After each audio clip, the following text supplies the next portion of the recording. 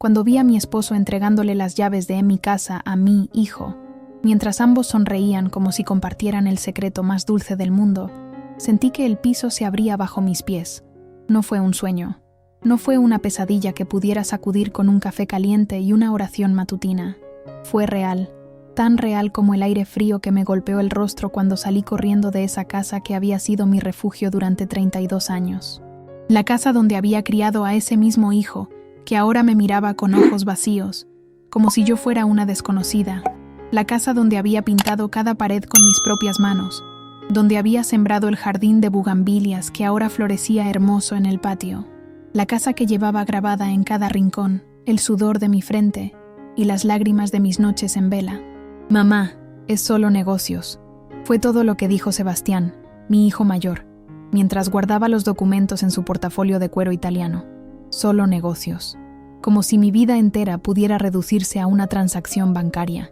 Como si los 32 años que viví entre esas paredes fueran solo números en un papel que se podía firmar sin mirarme a los ojos. Mi esposo, Roberto, ni siquiera tuvo el valor de hablar. Se quedó ahí parado, con las manos en los bolsillos de ese pantalón que yo misma había planchado esa mañana, mirando hacia el jardín como si las bugambilias fueran más interesantes que la mujer con la que había compartido más de 3 décadas de matrimonio.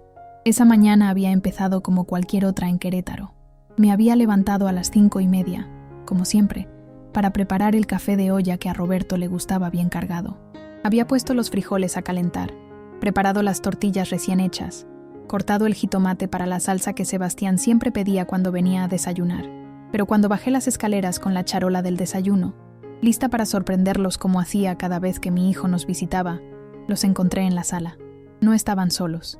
Había un notario, una mujer con lentes y un maletín negro, y una montaña de papeles sobre la mesa del comedor. La misma mesa donde habíamos celebrado cada cumpleaños, cada Navidad, cada Día de Reyes.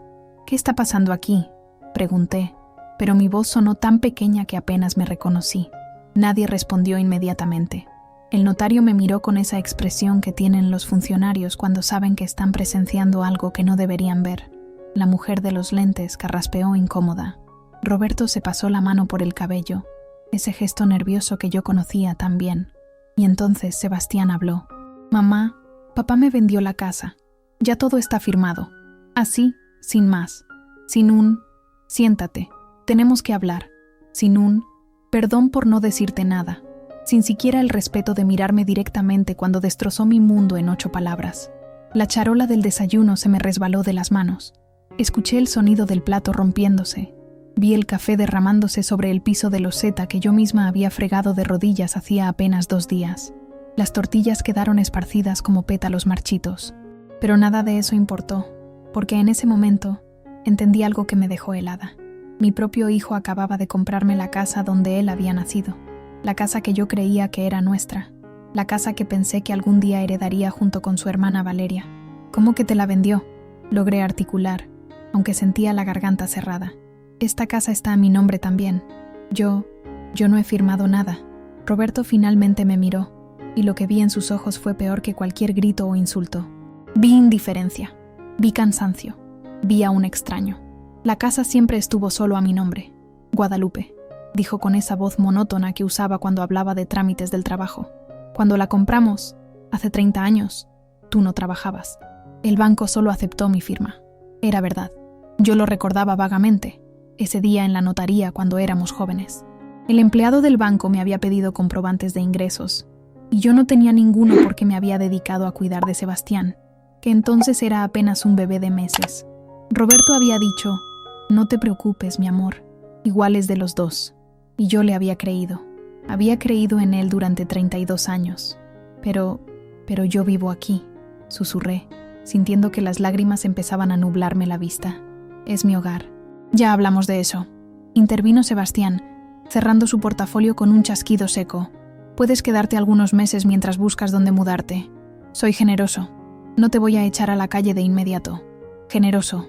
Mi hijo, al que había cargado en brazos durante sus primeros años, al que había velado cada noche cuando tenía fiebre, al que había defendido de todo y todos, me estaba diciendo que era generoso por no echarme inmediatamente de mi propia casa.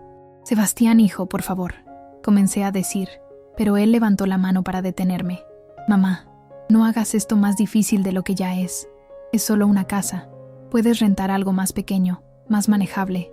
Ya no tienes edad para estar manteniendo esta propiedad tan grande». «¿Ya no tengo edad? Tengo 53 años. No soy una anciana decrépita. Soy una mujer que acaba de descubrir que su esposo y su hijo la traicionaron de la manera más cruel posible». El notario comenzó a guardar sus documentos, claramente incómodo con la escena que estaba presenciando.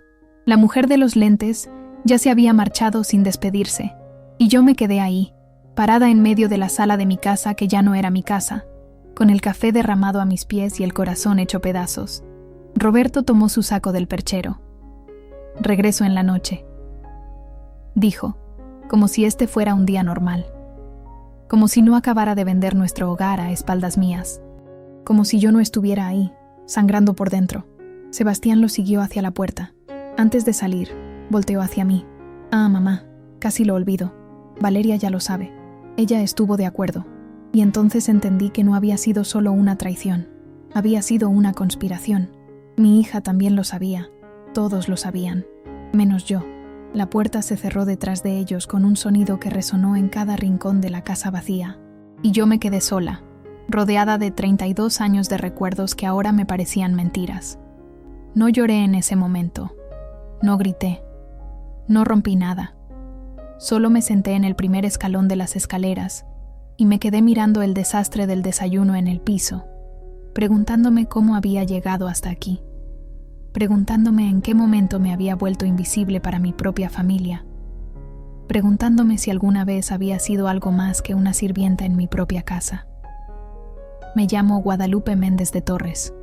Aunque después de hoy, no estoy segura de querer seguir llevando ese de Torres que siempre me llenó de orgullo. Nací hace 53 años en un pueblito cerca de Querétaro, en una familia humilde donde el amor sobraba, pero el dinero escaseaba. Fui la mayor de 5 hermanos, lo que significó que desde los 8 años ayudaba a mi madre a cuidar de los más pequeños, a lavar la ropa en el lavadero del patio, a hacer tortillas antes de irme a la escuela. Aprendí desde niña que las mujeres de mi familia éramos fuertes, que podíamos con todo, que nuestras manos eran capaces de crear milagros con casi nada. Mi madre hacía que 5 pesos rindieran para alimentar a 7 personas.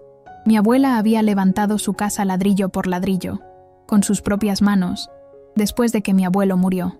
Yo crecí pensando que esa fortaleza era un don, un legado que debía honrar, pero hoy, sentada en este escalón, me pregunto si más bien fue una maldición, porque ser fuerte significó que nadie nunca creyó que yo pudiera romperse. Significó que siempre tenía que aguantar, siempre tenía que sonreír, siempre tenía que decir, sí, está bien, aunque por dentro estuviera gritando. Conocí a Roberto cuando yo tenía 20 años. Él era un joven ingeniero recién graduado, lleno de sueños y planes. Yo trabajaba en una tienda de telas en el centro de Querétaro, ayudando a mi padre que ya estaba enfermo. Roberto entraba cada semana a comprar cosas para su oficina, y un día me invitó a tomar un helado. Fue dulce, fue romántico, fue todo lo que una joven de 20 años podía soñar. Me cortejó durante 6 meses. Conoció a mi familia, llevó flores a mi madre, habló con mi padre de hombre a hombre. Cuando me pidió matrimonio, lo hizo frente a toda mi familia, con un anillo sencillo pero bonito que había comprado con su primer sueldo. «Te prometo que nunca te va a faltar nada», me dijo esa noche, con los ojos brillantes de ilusión. «Vamos a construir una vida juntos, mi Lupita, una vida hermosa». Y yo le creí. Nos casamos en la parroquia de mi pueblo, con una fiesta pequeña pero alegre. Mi madre hizo el mole, mis tías los tamales, y bailamos hasta que nos dolieron los pies. Roberto me llevó de luna de miel a Puerto Vallarta, 3 días que aún recuerdo como los más felices de mi vida. Cuando regresamos, rentamos un departamento pequeño en Querétaro. Roberto empezó a trabajar en una empresa constructora, y yo seguí en la tienda de telas, ahora con más responsabilidad, porque mi padre ya no podía ir todos los días. Al año de casados, quedé embarazada de Sebastián. Fue un embarazo difícil. Tuve que dejar el trabajo porque tenía amenaza de aborto, y el doctor me mandó reposo absoluto. Roberto no se quejó nunca. Llegaba del trabajo cansado, pero siempre con una sonrisa para mí, con alguna fruta que sabía que se me antojaba, con palabras dulces que me hacían sentir amada. Sebastián nació un 15 de septiembre, en medio de los festejos patrios. Roberto lloró cuando lo vio por primera vez. «Es perfecto», me dijo, besándome la frente con ternura infinita. «Hicimos algo perfecto, mi amor». Yo no volví a trabajar después de que nació Sebastián. Roberto insistió en que me quedara en casa para cuidarlo. «Los primeros años son los más importantes», decía. «Yo puedo mantener a la familia. Tú solo dedícate a nuestro hijo». Y eso hice. Me dediqué completamente a Sebastián. Lo amamanté hasta los 2 años. Le enseñé a caminar, a hablar, a comer solo. Cuando cumplió 3 años, quedé embarazada de Valeria, otra niña hermosa, de ojos grandes y risa contagiosa. Roberto seguía progresando en su trabajo. Poco a poco, fuimos mejorando económicamente. Del departamento nos mudamos a una casa más grande. Roberto empezó su propia empresa constructora y las cosas comenzaron a ir muy bien. Cuando Sebastián tenía 7 años y Valeria 5, Roberto llegó un día con una noticia que me dejó sin aliento. «Lupita, encontré la casa perfecta», me dijo, emocionado como no lo veía en años. «Es grande, tiene jardín, está en una colonia tranquila, es ideal para que los niños crezcan».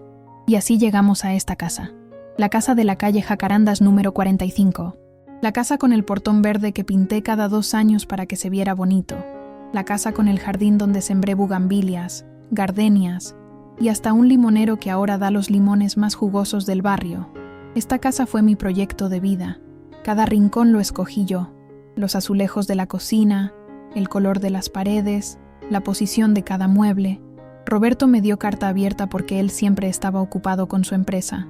«Tú tienes buen gusto, mi amor», me decía. «Haz de esta casa nuestro hogar». Y vaya que lo hice. Pinté cada pared con mis propias manos. Cosí las cortinas de todas las habitaciones.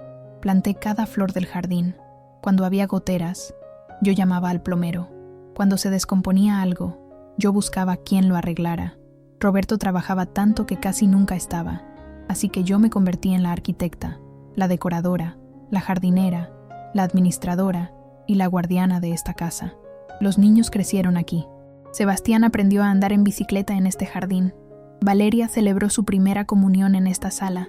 Aquí hicimos las fiestas de cumpleaños, las posadas navideñas, las reuniones familiares. Yo me convertí en el alma de esta casa, pero mientras yo me dedicaba a construir un hogar, Roberto construía su empresa.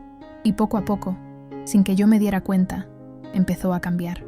Las llegadas tardes se volvieron rutina. Las cenas juntos se convirtieron en algo excepcional.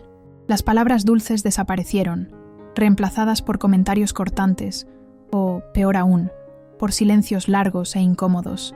«¿Por qué ya no trabajas?», me preguntó un día, cuando Valeria tenía 15 años.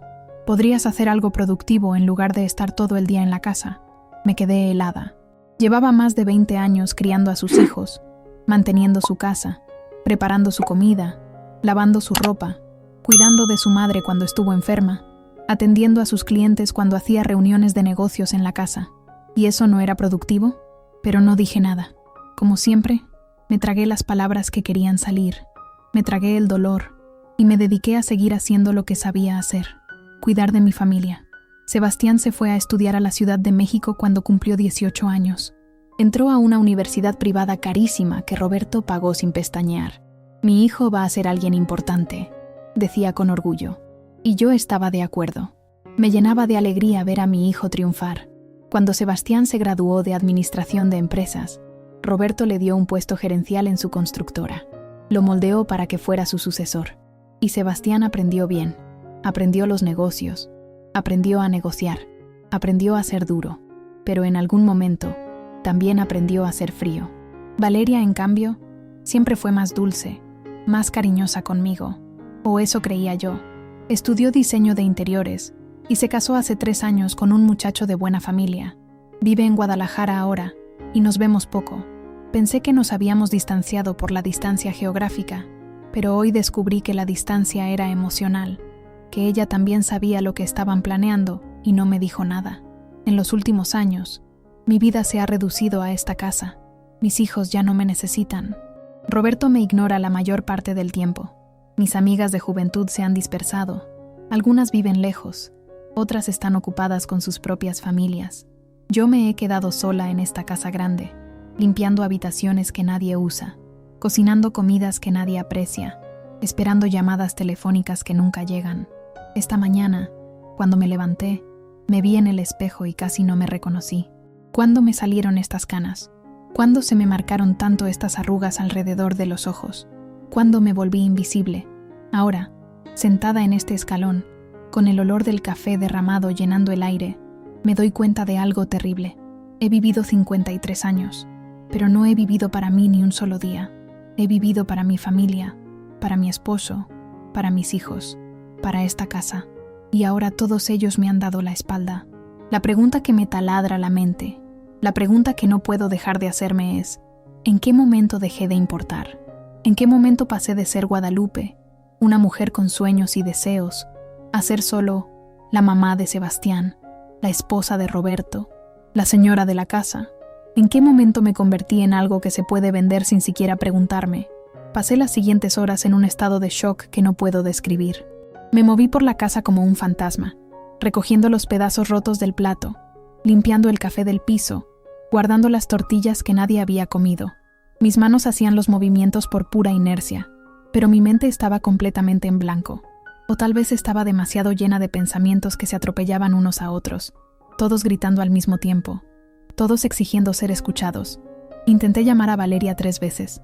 Las 3 veces me mandó directo al buzón. El mensaje que le dejé en la última llamada fue patético, incluso para mí. Hija, por favor, llámame. Necesito hablar contigo. Necesito entender qué está pasando. Por favor. Mi voz se quebró al final, y colgué sintiendo vergüenza de mí misma. Vergüenza de estar suplicando atención a mi propia hija. Decidí ir a casa de mi hermana Rosa. Ella vive a 20 minutos de aquí, en una colonia más modesta pero llena de vida. Rosa es 3 años menor que yo, pero siempre fue más fuerte, más independiente. Se divorció hace 10 años y sacó adelante a sus 2 hijos ella sola, trabajando en una peluquería que con los años se convirtió en un salón de belleza muy exitoso. Yo siempre la admiré en secreto, aunque nunca se lo dije. Admiraba su valentía para dejarlo todo e irse cuando su esposo le fue infiel. Admiraba su capacidad de reinventarse, de no necesitar a nadie para ser feliz.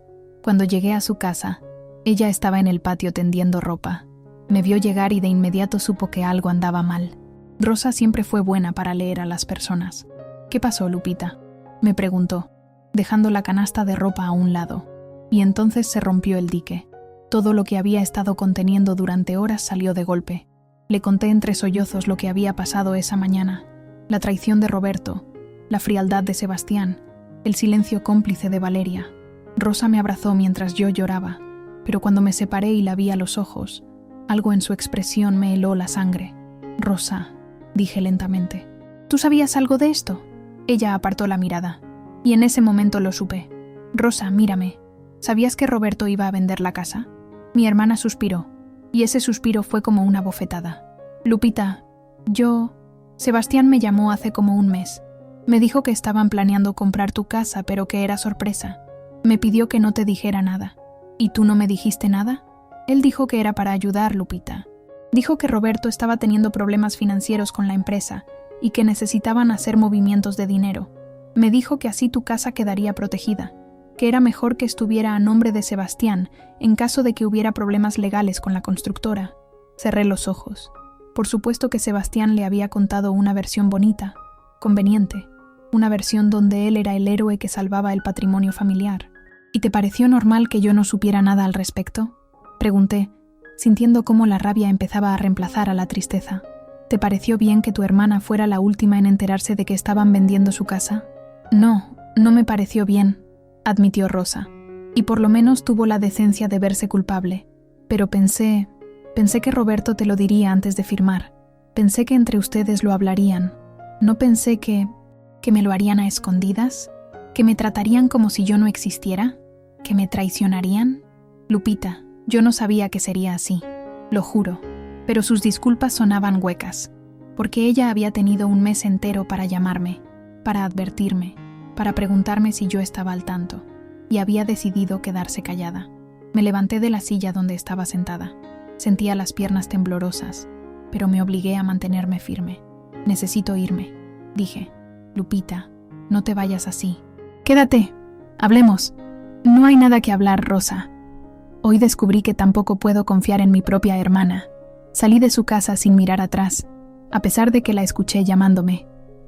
Subí a mi viejo Chevy, ese carro que tenía más de 15 años, pero que yo seguía manteniendo limpio y funcionando, y arranqué sin saber realmente a dónde ir.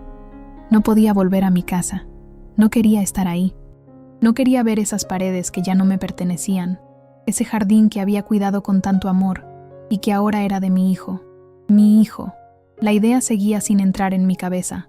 Sebastián me había comprado la casa. Mi propio hijo. El bebé que había cargado, que había velado cuando estaba enfermo, que había defendido de todo y todos.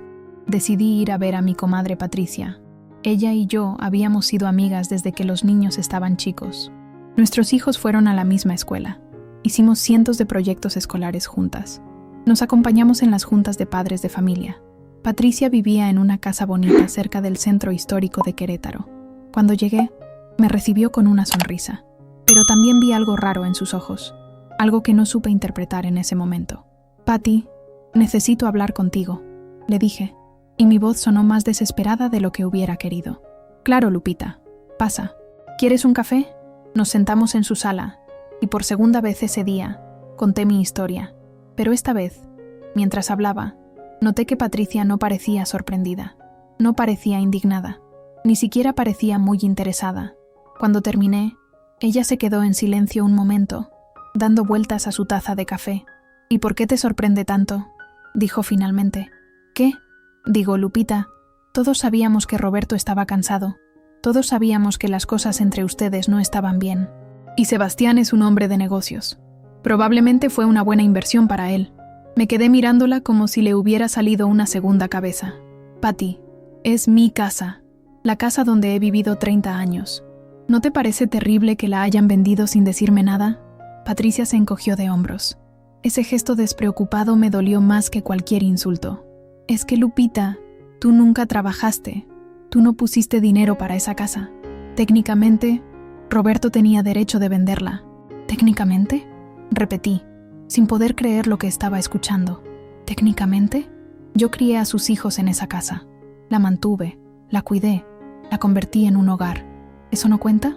No cuenta legalmente, Lupita. Y es la verdad. Deberías haberlo pensado antes. Deberías haber trabajado, haber tenido tu propio dinero. Ahora te quedas sin nada porque nunca fuiste previsora».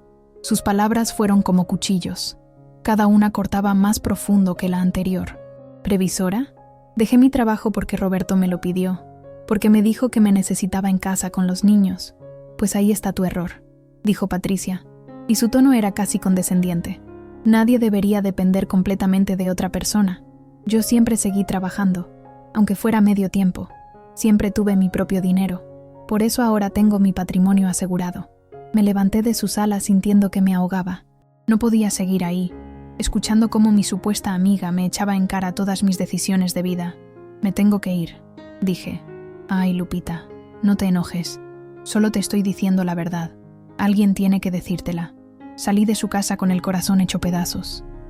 En menos de 12 horas, había descubierto que no podía confiar en mi esposo, en mi hijo, en mi hija, en mi hermana, ni en mi mejor amiga. ¿Quién quedaba? ¿Quién de todas las personas en mi vida realmente me amaba? ¿Quién se preocupaba por mí, más allá de lo que pudiera hacer por ellos? Regresé a mi casa cuando ya oscurecía. El portón verde se veía diferente ahora que sabía que ya no era mío. Las bugambilias del jardín parecían burlarse de mí con sus flores brillantes. Roberto aún no había llegado. La casa estaba oscura y fría. Me senté en la cocina, en la misma silla donde había desayunado miles de mañanas, y saqué mi teléfono. Abrí WhatsApp y vi que Valeria finalmente me había respondido. «Mamá, no es para tanto. Papá sabe lo que hace. Además, tú no tienes de qué preocuparte. Sebastián dijo que puedes quedarte ahí un tiempo. Deja el drama, por favor. Deja el drama. Mi hija, mi única hija, me estaba diciendo que dejara el drama porque me habían vendido la casa sin avisarme». Marqué su número. Esta vez sí contestó. «¿Qué quieres, mamá? Estoy ocupada». «Valeria, ¿cómo pudiste ocultarme esto? ¿Cómo pudiste saber que tu papá y tu hermano estaban planeando esto y no decirme nada? Porque sabíamos que ibas a reaccionar así, mamá. Siempre haces todo un melodrama de las cosas. Me vendieron mi casa, Valeria. La casa donde tú creciste. Era la casa de papá. Mamá, no tuya. Papá la pagó. Papá la mantuvo. Tú solo vivías ahí. Solo vivías ahí. Como si 30 años de vida no significaran nada. Como si todo lo que había hecho, todo lo que había dado, todo lo que había sido, pudiera reducirse a solo vivías ahí. ¿Eso es lo que piensas de mí? Pregunté, y mi voz era apenas un susurro. ¿Que solo vivía ahí? ¿Que no aportaba nada? Mamá, no es personal. Es solo que... Mira, Sebastián es inteligente. Él sabe de negocios. Si compró la casa es porque es una buena inversión. Y papá necesitaba el dinero para su empresa. Es una situación win-win. ¿Y yo? ¿Dónde quedo yo en toda esta ecuación? Hubo un silencio largo del otro lado de la línea. Mamá, tú estarás bien. Siempre has sido fuerte. Siempre te las has arreglado. Y colgó. Me quedé ahí sentada, con el teléfono aún en la mano, mientras las lágrimas rodaban por mis mejillas. No eran lágrimas de tristeza, eran lágrimas de rabia, de indignación, de dolor tan profundo que no sabía cómo nombrarlo. Toda mi vida había sido fuerte para ellos. Había sido fuerte cuando Sebastián se rompió el brazo y pasé noches en vela cuidándolo. Había sido fuerte cuando Valeria tuvo problemas en la escuela y yo enfrenté a maestros y directores para defenderla. Había sido fuerte cuando la madre de Roberto enfermó y yo la cuidé durante 2 años hasta que murió. Había sido fuerte cuando Roberto tenía problemas en la empresa y yo ajustaba el presupuesto familiar para que no faltara nada. Siempre fuerte, siempre resistente, siempre aguantando. Y ahora que yo era la que necesitaba apoyo, la que necesitaba que alguien me defendiera, que alguien me abrazara, que alguien me dijera que iba a estar bien, todos habían desaparecido. Peor aún, todos se habían puesto en mi contra. Esa noche no pude dormir. Me la pasé acostada en la cama, mirando el techo, recordando, porque eso era lo único que me quedaba ahora, los recuerdos. Recordé el día que Sebastián nació. Fueron 22 horas de labor de parto. 22 horas de dolor que ningún médico pudo calmarme porque yo había decidido tener un parto natural. Roberto estuvo conmigo todo el tiempo, sosteniéndome la mano, limpiándome la frente con un paño húmedo, diciéndome una y otra vez: «Tú puedes, mi amor. Eres la mujer más fuerte que conozco». Cuando finalmente Sebastián nació y la enfermera lo puso en mis brazos, sentí que mi corazón explotaba de amor. Era tan pequeño, tan perfecto, tan indefenso. Conté sus deditos uno por uno, besé su frente arrugada, respiré su olor a bebé nuevo. «Te prometo que siempre te voy a cuidar», le susurré esa noche, con las hormonas revueltas y el cuerpo adolorido. «Te prometo que nunca te va a faltar amor». Y cumplí esa promesa. Cada día de su vida cumplí esa promesa. Cuando Sebastián tenía 3 años, tuvo una fiebre muy alta que lo puso en peligro. El doctor dijo que teníamos que vigilarlo constantemente, bajarle la temperatura cada 2 horas. Yo no dormí durante 3 noches. Me quedé a su lado, cambiándole los paños fríos en la frente, dándole el medicamento a las horas exactas, cantándole canciones para que no tuviera miedo. Roberto llegaba del trabajo, me encontraba despierta y me decía: «Lupita, descansa un poco, yo me quedo con él». Pero yo no podía. No podía delegar el cuidado de mi hijo a nadie, ni siquiera a su padre. Tenía que ser yo. Tenía que asegurarme de que estaba bien. Cuando finalmente la fiebre bajó, Sebastián abrió sus ojitos y me sonrió.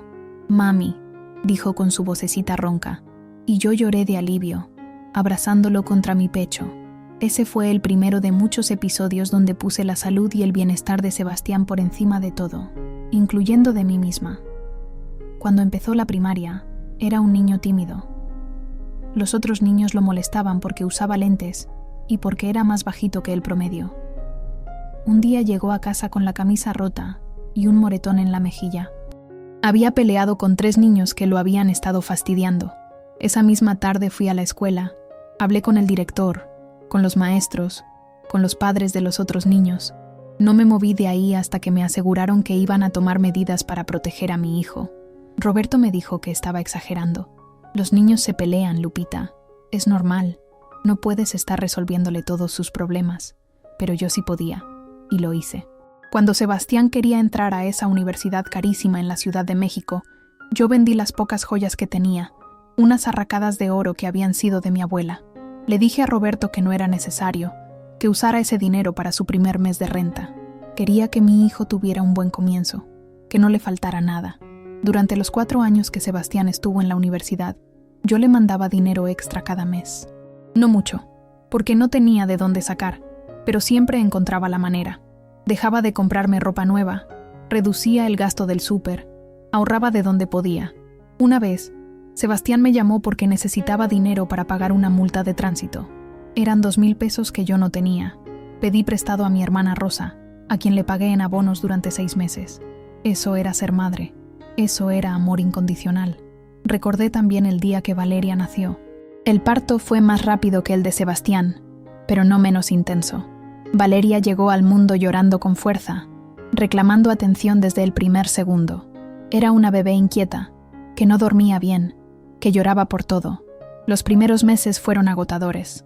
Sebastián tenía celos de su hermana y necesitaba atención constante. Roberto estaba lanzando su empresa y prácticamente vivía en la oficina. Yo me quedaba sola con 2 niños pequeños, sin ayuda, sin descanso. Hubo noches en que lloré de cansancio. Noches en que me quedaba dormida en el sillón con Valeria en brazos, solo para despertar 2 horas después con ella llorando de hambre otra vez. Noches en que Sebastián despertaba con pesadillas y yo tenía que consolarlo mientras Valeria seguía pegada a mi pecho. Mi cuerpo se transformó durante esos años. Las estrías cubrieron mi vientre. Mi espalda empezó a doler por cargar tanto peso. Mis pechos nunca volvieron a ser los mismos después de amamantar a 2 bebés, pero nunca me quejé, porque eso era lo que las buenas madres hacían, sacrificarse sin esperar nada a cambio. Cuando Valeria tenía 5 años, le diagnosticaron asma. Las crisis eran terribles. Verla luchar por respirar, escuchar ese silbido en su pecho, ver sus labios ponerse morados, era la peor tortura del mundo. Aprendí a manejar sus medicamentos, a identificar los desencadenantes de sus crisis, a mantener la casa libre de polvo y alérgenos. Dormía con ella cada noche, despertándome al más mínimo cambio en su respiración. Una noche, Valeria tuvo una crisis muy fuerte. Roberto no estaba. Había viajado a Monterrey por trabajo. La llevé corriendo al hospital, sola, manejando como loca por las calles vacías de Querétaro a las 3 de la madrugada. La doctora me dijo que habíamos llegado justo a tiempo, que si hubiera esperado unos minutos más, habría sido muy peligroso. Esa noche, mientras veía a Valeria dormida en la cama del hospital con la mascarilla de oxígeno, le hice otra promesa. Siempre voy a estar aquí para ti, mi amor, siempre. Y ahora ella me había traicionado igual que su hermano. Recordé también todos los sacrificios que hice por Roberto. Cuando su empresa estaba empezando, pasamos años muy difíciles económicamente. Hubo meses en que no alcanzaba el dinero ni para lo más básico. Yo hacía milagros con el presupuesto. Compraba lo más barato en el mercado, remendaba la ropa en lugar de comprar nueva, preparaba comidas rendidoras. Nunca le dije a Roberto que muchas noches yo no cenaba para que alcanzara la comida para él y los niños. Nunca le dije que había dejado de ir al doctor aunque sentía dolores, porque no teníamos dinero para consultas. Nunca le dije que muchas veces lloraba en secreto del estrés de hacer rendir cada peso. Cuando su madre enfermó de cáncer, yo dejé todo para cuidarla. Durante 2 años, dividí mi tiempo entre mi casa y la de mi suegra. Le preparaba su comida especial, la bañaba, le daba sus medicamentos, la acompañaba a quimioterapia. Mi suegra no fue nunca una mujer cariñosa conmigo. De hecho, creo que nunca me consideró suficientemente buena para su hijo. Pero aún así la cuidé con dedicación, porque era la madre de Roberto y porque era lo correcto. Cuando murió, Roberto me abrazó en el funeral. «No sé qué hubiera hecho sin ti, Lupita», me dijo entre lágrimas. «Eres un ángel al que ahora no le importaba echar a la calle».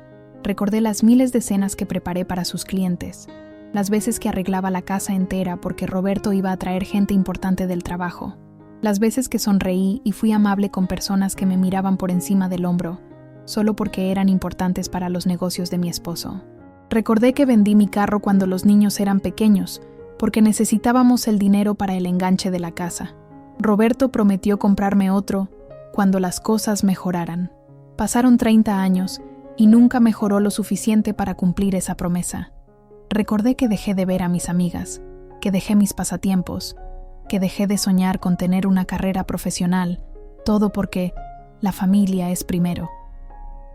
Y ahora, después de dar mi vida entera, después de sacrificar todo lo que era y todo lo que podría haber sido, me encontraba sola en una casa que ya no era mía, sin dinero propio, sin trabajo, sin nada. El amanecer me encontró todavía despierta, con los ojos hinchados de tanto llorar. Me levanté y caminé por la casa vacía. Roberto no había llegado a dormir. Probablemente estaba en un hotel, o tal vez con alguna amante que yo ni siquiera quería imaginar. Entré a la habitación de Sebastián, que seguía igual a como la había dejado cuando se fue a estudiar. Ahí estaban sus trofeos de fútbol, sus diplomas escolares, las fotos de sus cumpleaños. En una de esas fotos, Sebastián tenía como 8 años. Estábamos en su fiesta de cumpleaños, y él me abrazaba con una sonrisa enorme. Yo lo miraba con tanto amor que dolía ver esa foto ahora. ¿Dónde había quedado ese niño? ¿Cuándo se había convertido en este hombre frío que era capaz de quitarle la casa a su propia madre? Fui a la habitación de Valeria. Sus muñecas aún estaban en un estante, llenas de polvo. Su cama todavía tenía las sábanas rosas con flores que ella había escogido cuando tenía 15 años. En su buró había una foto de las dos. Valeria acababa de graduarse de la universidad. En la foto, ella me besaba la mejilla mientras yo sonreía orgullosa. Ese día me había dicho: «Mamá, todo lo que soy es gracias a ti. Nunca voy a olvidar todo lo que hiciste por mí». Qué fácil se olvidan las promesas. Salí al jardín. El sol apenas empezaba a salir, pintando el cielo de naranja y rosa. Las bugambilias estaban más hermosas que nunca, llenas de flores fucsias que habían florecido esta semana. Me senté en la banca de hierro forjado que estaba bajo el limonero. Roberto y yo habíamos puesto esa banca cuando acabábamos de mudarnos a esta casa.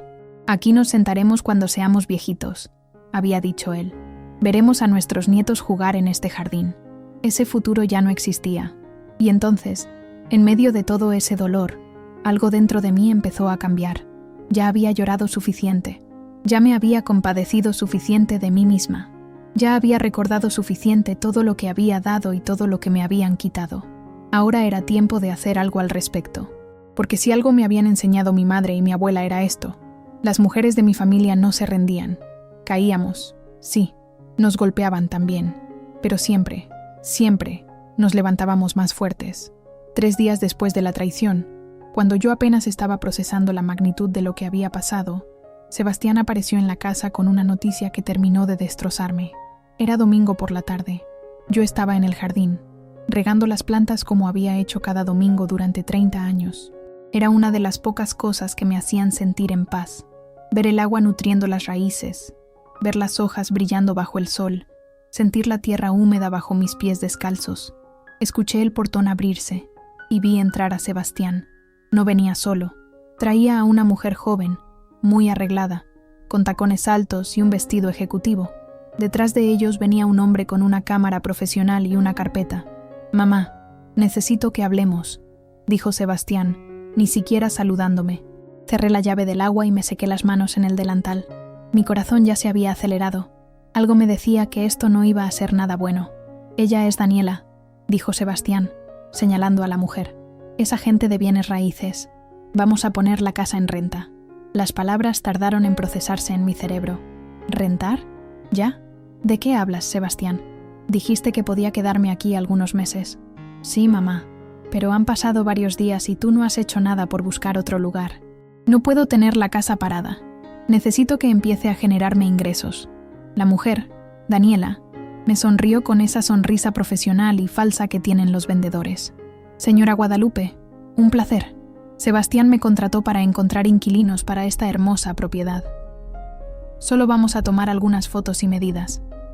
No nos tardamos nada. Pero yo vivo aquí, dije, sintiendo que la realidad se volvía cada vez más surrealista. Por eso mismo, mamá, necesito que empieces a buscar departamento. Daniela dice que en 2 semanas podríamos tener inquilinos. Son una familia que acaba de llegar de Estados Unidos. Profesionistas, muy confiables. Ya me ofrecieron 3 meses de adelanto. ¿2 semanas? Repetí, incrédula. ¿Me estás dando 2 semanas para dejar mi casa? No es tu casa, mamá, dijo Sebastián. y su tono fue tan frío que sentí como si me hubieran echado agua helada encima. Es mi casa, y necesito que me la desocupes para poder rentarla. Sebastián, por favor, necesito más tiempo. No puedo encontrar un lugar en 2 semanas. No tengo dinero para pagar depósito, renta, mudanza. Eso no es mi problema, mamá. Deberías haber pensado en eso antes. Deberías haber trabajado, haber ahorrado. No puedo estar manteniendo a una persona adulta que debería ser capaz de mantenerse sola. Sus palabras fueron como bofetadas, una tras otra, golpeándome sin piedad. Yo te crié, susurré, sintiendo las lágrimas quemándome los ojos. Dejé todo para criarte. Dejé mi trabajo, mis estudios, mis sueños, todo para que tú pudieras tener una buena vida. Y te lo agradezco, mamá. Pero eso fue tu decisión. Nadie te obligó a dejar de trabajar. Nadie te obligó a dedicar tu vida a nosotros. Esas fueron tus elecciones. Y ahora tienes que vivir con las consecuencias. El fotógrafo empezó a tomar fotos de la sala. Daniela sacó su metro y comenzó a medir las habitaciones. Y yo me quedé ahí parada, en mi jardín, sintiendo que me habían arrebatado hasta el derecho a existir en el espacio que había sido mi hogar. Sebastián, por favor, supliqué, y odié lo patética que sonaba mi voz.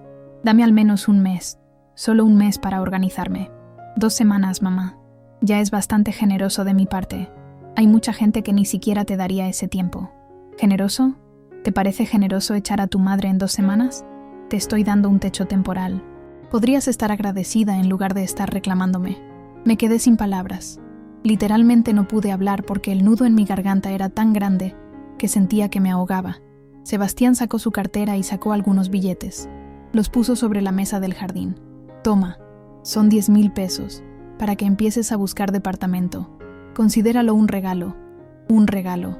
Me estaba dando 10,000 pesos como regalo, después de quitarme todo. No toqué el dinero. No podía.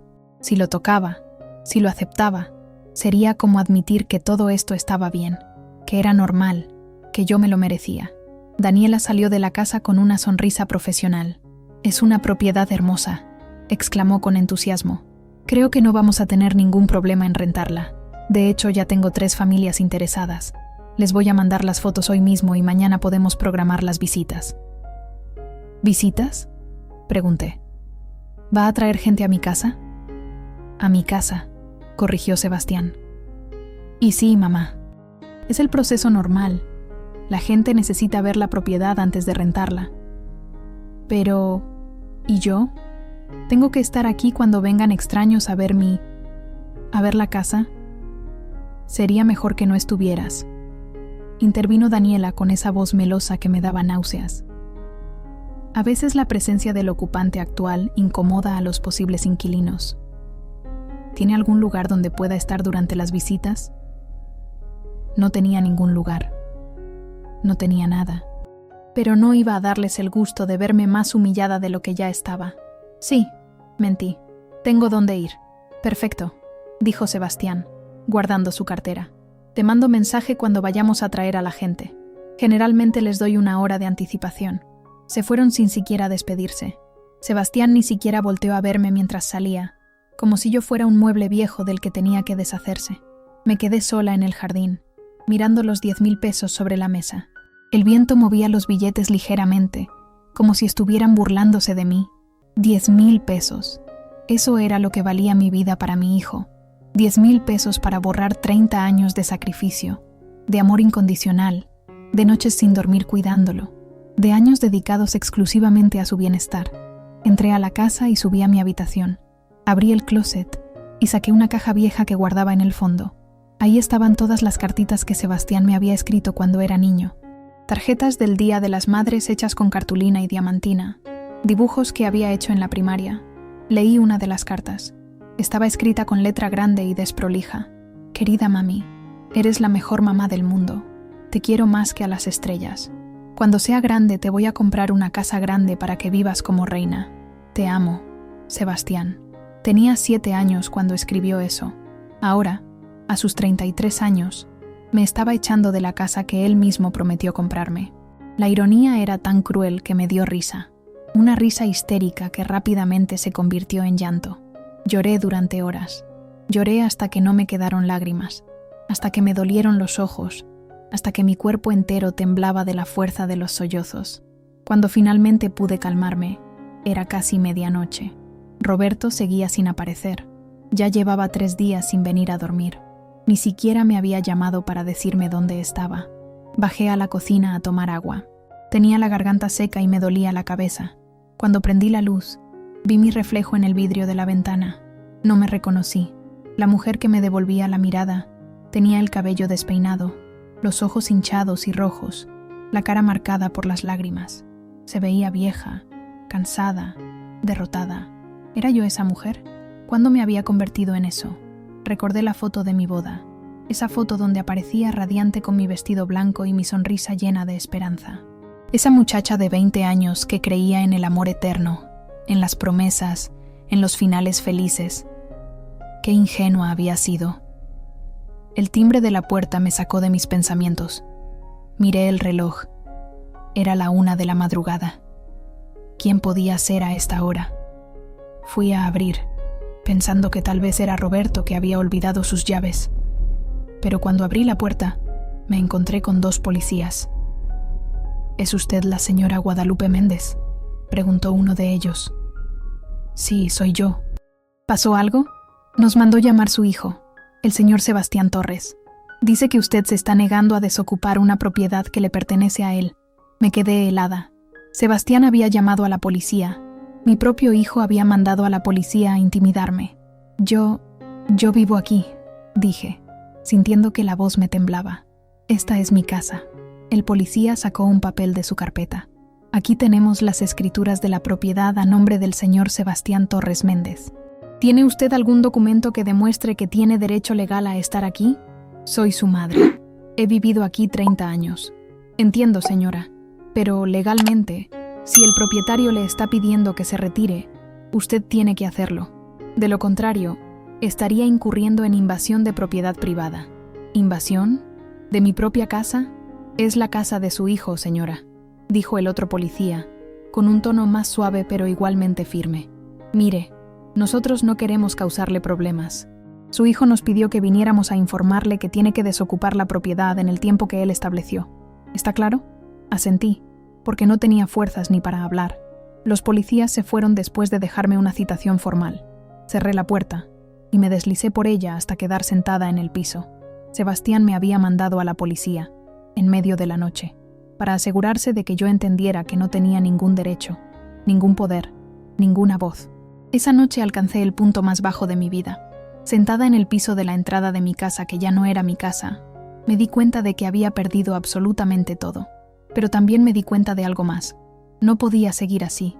No podía seguir siendo la víctima. No podía seguir esperando que alguien me rescatara, que alguien me defendiera, que alguien me dijera que valía la pena. Si nadie iba a luchar por mí, entonces tendría que luchar por mí misma. Y eso fue exactamente lo que decidí hacer. El amanecer del 4º día fue diferente. Me desperté en el sillón de la sala, donde me había quedado dormida después de la visita de los policías. Tenía el cuerpo adolorido, el cuello rígido, pero mi mente estaba extrañamente clara. Algo había cambiado durante la noche, algo fundamental en mi interior. Por primera vez en 4 días, no sentía ganas de llorar. No sentía esa opresión en el pecho que me había acompañado cada segundo desde que descubrí la traición. En su lugar, sentía algo diferente, algo que tardé un momento en identificar. Era rabia, pero no la rabia ciega y destructiva de antes. Era una rabia fría, calculada, que me daba claridad en lugar de confusión. Me levanté del sillón y me miré en el espejo del recibidor. Sí, tenía ojeras. Sí, se me notaba el cansancio. Pero algo en mis ojos era diferente. Había una chispa que no había estado ahí en años, tal vez décadas. Era determinación. Fui a darme una ducha. El agua caliente cayendo sobre mi espalda se sentía como un ritual de purificación, como si estuviera lavando no solo la suciedad de mi piel, sino también años de sumisión, de silencio, de hacerme pequeña para que otros pudieran brillar. Me vestí con cuidado. No me puse la ropa cómoda que usaba normalmente para estar en casa. Me puse un pantalón negro que me quedaba bien, una blusa blanca que me hacía ver profesional, unos zapatos cerrados. Me peiné, me maquillé ligeramente. Cuando me miré en el espejo de cuerpo completo, vi a una mujer diferente. Vi a una mujer que no iba a dejarse pisotear más. Desayuné tranquilamente.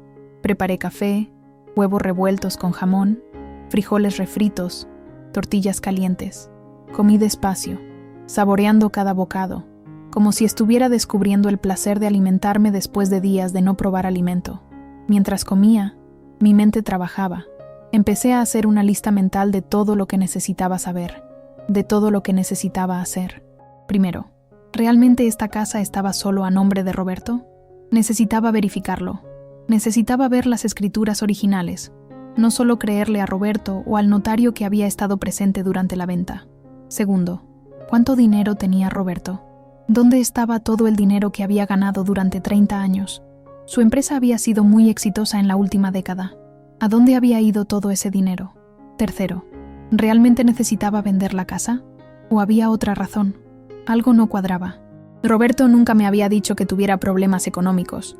Al contrario, había comprado un carro nuevo hace 6 meses, un BMW que había dejado estacionado afuera como si nada. Cuarto, ¿por qué Sebastián estaba tan ansioso por rentar la casa? ¿Realmente necesitaba el ingreso? Él tenía un puesto gerencial en la empresa de Roberto. Ganaba bien. ¿O había algo más? Mientras más pensaba, más preguntas surgían.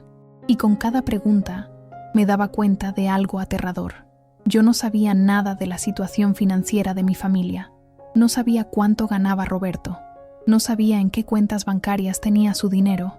No sabía qué propiedades teníamos además de esta casa. Me había pasado 30 años viviendo en una burbuja, confiando ciegamente en que Roberto se encargaba de todo lo económico mientras yo me encargaba del hogar. Esa confianza ciega había sido mi error más grande. Terminé mi desayuno y lavé los platos. Mientras secaba cada plato meticulosamente, tomé una decisión. Iba a averiguar la verdad, toda la verdad.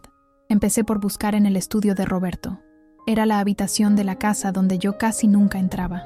Él siempre decía que necesitaba su espacio privado para trabajar, y yo había respetado eso. Ahora me daba cuenta de que respetar su espacio había sido realmente una manera de mantenerme ignorante. El estudio estaba cerrado con llave, pero yo conocía esta casa mejor que nadie. Sabía que Roberto guardaba una llave de repuesto en una cajita en nuestro closet, escondida entre sus calcetines. La encontré fácilmente y abrí el estudio. Era una habitación grande, con un escritorio de madera maciza, libreros llenos de manuales de ingeniería y construcción, y un archivero de 4 cajones. Las paredes estaban decoradas con títulos universitarios enmarcados y fotos de obras que su empresa había construido. No había ni una sola foto mía, ni de los niños. Solo era su espacio de ego, un altar a sus logros profesionales. Empecé a buscar sistemáticamente. Abrí cada cajón del escritorio. La mayoría contenía papeles de trabajo, cotizaciones, contratos. Pero en el cajón de abajo, el que tenía una cerradura pequeña, encontré algo interesante. El cajón estaba cerrado, pero la llave estaba en el mismo llavero que la llave del estudio. Roberto nunca había sido muy cuidadoso con sus secretos dentro de casa, porque nunca creyó que yo tendría el valor de buscar. Abrí el cajón. Adentro había varias carpetas. Las saqué todas y las puse sobre el escritorio. Empecé a revisarlas una por una. La primera carpeta contenía estados de cuenta bancarios. Mi corazón empezó a latir más rápido cuando vi las cantidades. Roberto tenía 3 cuentas bancarias diferentes que yo desconocía, y no eran cuentas con saldos pequeños. Estamos hablando de cientos de miles de pesos en cada una. Seguí revisando. Encontré documentos de inversiones. Roberto había comprado acciones, bonos, había invertido en varios negocios. Según los documentos, esas inversiones valían más de 2 millones de pesos. 2 millones de pesos. Y él me había dicho que necesitaba vender nuestra casa, que no había otra opción, que estaba en problemas económicos. Todo era mentira. Seguí buscando. En la segunda carpeta encontré algo que me heló la sangre. Eran estados de cuenta de una tarjeta de crédito que yo no conocía. Los gastos me llamaron la atención inmediatamente. Había cargos en restaurantes caros, en hoteles, en tiendas de ropa femenina, y todos eran recientes, de los últimos 6 meses. Revisé las fechas. Muchos de esos gastos eran en días que Roberto supuestamente estaba trabajando hasta tarde o en viajes de negocios. El restaurante más frecuente era uno llamado La Pérgola, un lugar elegante en el centro de Querétaro. Había por lo menos 10 cargos ahí en los últimos 3 meses. Saqué mi teléfono y busqué el restaurante en Google. Las fotos mostraban un lugar romántico, con velas, música en vivo, mesas privadas. No era el tipo de lugar donde uno va a comer solo o con socios de negocios. Era el tipo de lugar donde uno lleva a una amante. Respiré profundo. No podía desmoronarme ahora. Necesitaba seguir buscando. Necesitaba tener toda la información antes de actuar. En la tercera carpeta, encontré algo que me dejó sin aliento. Era un contrato de compraventa, no de nuestra casa, de otra propiedad. Roberto había comprado un departamento en una zona residencial exclusiva de Querétaro hacía 8 meses. Un departamento de 2 recámaras, amueblado, con vista panorámica. ¿Y a nombre de quién estaba? A nombre de una tal Mónica Reyes Gutiérrez. Mónica Reyes Gutiérrez. Saqué mi teléfono otra vez y busqué ese nombre en Facebook. Había varias Mónica Reyes, pero una en particular llamó mi atención. Vivía en Querétaro, trabajaba como diseñadora de interiores, y en su foto de perfil aparecía una mujer de unos 35 años, rubia, arreglada, sonriente. Entré a su perfil. Aunque su configuración de privacidad no me dejaba ver mucho, pude ver algunas fotos públicas. En una de ellas, estaba frente a un restaurante que reconocí inmediatamente. Era La Pérgola. Sentí náuseas. Literalmente tuve que sentarme porque sentí que me iba a desmayar. Roberto tenía una amante a la que le había comprado un departamento. Una amante con la que salía regularmente mientras yo estaba en casa, esperándolo, cocinando para él, manteniendo su hogar. Todo cobraba sentido ahora. Por eso había vendido nuestra casa. No porque necesitara el dinero, era porque quería deshacerse de mí. Quería empezar una nueva vida con esa mujer, y yo era el obstáculo que tenía que quitar. Y Sebastián estaba en el plan. Por eso había comprado la casa. No porque fuera una buena inversión. Era para forzarme a salir, para acelerar el proceso de deshacerse de mí. Era una conspiración perfectamente orquestada. Roberto quería su libertad. Sebastián quería quedar bien con su padre, y probablemente también quería su parte del dinero. Valeria había decidido no meterse, lo cual era casi peor que participar activamente. Y Rosa y Patricia probablemente también sabían algo, y habían decidido mantenerse al margen. Todos lo sabían, todos estaban en contra mía, o al menos, todos habían decidido que yo no valía la pena defender. Me quedé sentada en esa silla del estudio durante no sé cuánto tiempo, procesando toda esta información. Cuando finalmente me levanté, algo dentro de mí había cristalizado en algo duro e inquebrantable. Ya no era la Guadalupe sumisa que se dejaba pisar. Ya no era la esposa incondicional que perdonaba todo. Ya no era la madre que se sacrificaba sin límites. Ahora era una mujer que había sido traicionada de la manera más vil posible, y no iba a dejar que eso quedara impune. No iba a vengarme con gritos o escándalos. No iba a rebajarse a su nivel. Iba a hacer algo mucho más efectivo. Iba a usar su propio juego contra ellos. Tomé mi teléfono y empecé a fotografiar cada documento, cada estado de cuenta bancario, cada comprobante de las inversiones, cada cargo de la tarjeta de crédito, el contrato del departamento, todo. Cuando terminé, guardé todo exactamente como estaba y cerré el estudio. Luego llamé a alguien que no había visto en años, pero que sabía que podía ayudarme. Mi prima Leticia. Leticia era abogada especializada en divorcios y derecho familiar. Era exitosa, respetada y conocida por no perder casos.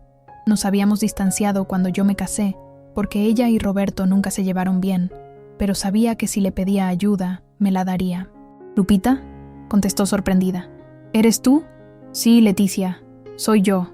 Necesito tu ayuda. Necesito que seas mi abogada». «¿Qué pasó?». «Es largo de explicar. ¿Podemos vernos hoy?». «Es urgente». «Claro. Ven a mi despacho a las 3». Colgué y me preparé para la siguiente fase de mi plan, porque ahora tenía un plan, y no iba a descansar hasta ejecutarlo perfectamente. Roberto quería la libertad. Sebastián quería su inversión. Valeria quería mantenerse al margen. Pues bien, les iba a dar exactamente eso. Pero iba a costarles mucho más de lo que jamás imaginaron. La oficina de Leticia estaba en una torre de oficinas moderna en el centro de Querétaro. Cuando entré, ella me recibió con un abrazo sincero que casi me hace llorar. «Lupita, ¿cuánto tiempo? Déjame verte». Me miró de arriba a abajo con esa mirada analítica que tienen los abogados. «¿Te ves cansada?». pero también te veo diferente. ¿Qué pasó? Nos sentamos en su oficina, que era elegante pero acogedora, y le conté todo. Le mostré las fotos que había tomado de los documentos. Le expliqué la traición de Roberto, la complicidad de Sebastián, la indiferencia de Valeria. Leticia escuchó en silencio, tomando notas ocasionalmente. Cuando terminé de hablar, ella se reclinó en su silla y me miró seriamente. Lupita, esto es peor de lo que pensé, pero también es mucho mejor de lo que pensé. ¿A qué te refieres? Roberto te fue infiel, eso es claro por los documentos. Además, ocultó activos durante el matrimonio. Eso es grave. Y lo más importante, él compró un inmueble durante el matrimonio con dinero ganancia y lo puso a nombre de otra persona. Eso es fraude patrimonial. ¿Y eso qué significa? Significa que tienes una excelente posición legal para divorciarte y reclamar lo que te corresponde. México tiene un régimen de sociedad conyugal en muchos casos. ¿Firmaste capitulaciones matrimoniales cuando te casaste? Traté de recordar. Habían sido tantos papeles ese día en la notaría. No lo sé. Creo que firmamos algo, pero no recuerdo qué. Necesito ver tu acta de matrimonio. Pero si no firmaron separación de bienes, todo lo que se adquirió durante el matrimonio es de ambos. Eso incluye las cuentas bancarias, las inversiones, la casa, todo. Pero la casa ya está a nombre de Sebastián. Eso no importa. Esa transacción puede ser anulable porque se hizo sin tu consentimiento y durante el matrimonio. Roberto no podía vender un bien que técnicamente es de los dos sin tu autorización. Por primera vez en días, sentí un destello de esperanza. ¿Estás diciendo que puedo recuperar mi casa? Posiblemente. O al menos, puedes pelear por tu parte. Pero Lupita, hay algo más importante que quiero que entiendas. Esto no solo es sobre la casa, es sobre todos los bienes. Si lo que me mostraste es real, Roberto tiene activos por varios millones de pesos. Y tú tienes derecho a la mitad de todo eso. La mitad. Nunca había pensado en términos de dinero. Nunca había pensado en mis derechos o lo que me corresponde. Siempre había pensado en términos de familia, de amor, de compromiso. Pero ellos no habían pensado en mí de esa manera. Para ellos, yo era solo un estorbo que había que quitar del camino. ¿Qué tengo que hacer?, pregunté. Primero, necesito que no toques nada más en su estudio. Ya conseguiste evidencia suficiente por ahora. Segundo, necesito que empieces a juntar más información. ¿Sabes dónde están los estados de cuenta más recientes? ¿Tienes acceso a alguna cuenta bancaria conjunta? Tengo una tarjeta de una cuenta que supuestamente es para gastos del hogar, pero nunca he checado los movimientos. Perfecto. Saca todos los estados de cuenta que puedas. También necesito que hagas una lista de todos los bienes que sepas que Roberto tiene. Carros, propiedades, cualquier cosa. Tercero, y esto es muy importante, no le digas nada a nadie. Ni a Roberto, ni a tus hijos, ni a tu hermana, ni a nadie. Esto tiene que ser confidencial hasta que tengamos todo listo. ¿Listo para qué? Para demandarlo. Vamos a pedir el divorcio necesario por infidelidad. Vamos a solicitar una pensión compensatoria por todos los años que estuviste a cargo del hogar. Vamos a reclamar tu parte de todos los bienes. Y vamos a pedir que la venta de la casa sea anulada porque se hizo sin tu consentimiento. Sentí un escalofrío recorrer mi espalda. No era de miedo, era de anticipación. ¿Cuánto tiempo va a tomar esto? Depende. Si Roberto decide pelearlo, puede tomar meses. Pero tenemos evidencia muy fuerte. Él va a querer negociar cuando vea lo que tenemos. Y mientras tanto, me está exigiendo que desocupe la casa en 2 semanas. Eso no va a pasar. Yo voy a meter una solicitud de medidas precautorias. Voy a pedir que la venta de la casa se suspenda temporalmente mientras se resuelve el juicio. También voy a pedir una orden de protección para que no puedan echarte. Esto lo puedo hacer desde mañana mismo. Sentí que podía respirar por primera vez en días. Leticia, no sé cómo pagarte. No tengo dinero. Solo tengo los 10,000 pesos que Sebastián me dio. Lupita, somos familia. Y además, vamos a ganar este caso. Cuando lo ganemos, mis honorarios saldrán de ahí. Mientras tanto, no te preocupes por eso. Preocúpate por hacer lo que te digo y por mantenerte fuerte. ¿De acuerdo? De acuerdo. Nos levantamos y ella me volvió a abrazar. Lupita, te lo voy a decir una vez, y quiero que lo entiendas bien. No estás sola. Yo voy a pelear por ti como si fuera mi propio caso. Vamos a demostrar que nadie puede tratar a una mujer como te trataron a ti y salirse con la suya. Salí de su oficina sintiéndome completamente diferente a como había entrado. Ya no era una víctima sin opciones. Era una mujer con un plan, con una abogada, con evidencia y con la ley de su lado. Durante los siguientes días, seguí las instrucciones de Leticia al pie de la letra. Junté todos los estados de cuenta que pude encontrar. Hice una lista detallada de todos los bienes que conocía. Tomé fotos de los carros, de las facturas, de todo lo que pudiera servir como evidencia. También hice algo más. Empecé a investigar a Mónica Reyes. No fue difícil. Las redes sociales son una mina de oro de información si sabes cómo buscar. A través de sus fotos públicas, descubrí que trabajaba para una empresa de diseño de interiores. Busqué la empresa y encontré su correo electrónico y teléfono de contacto. También descubrí algo interesante. Mónica estaba casada, o al menos, había estado casada hasta hace poco. En fotos viejas aparecía con un hombre y un niño pequeño, pero esas fotos habían desaparecido hace unos meses. Entonces Roberto no solo me había engañado a mí, probablemente también había destruido otra familia. Pero eso no era mi problema. Mi problema era protegerme a mí misma. Una semana después de mi reunión con Leticia, ella me llamó.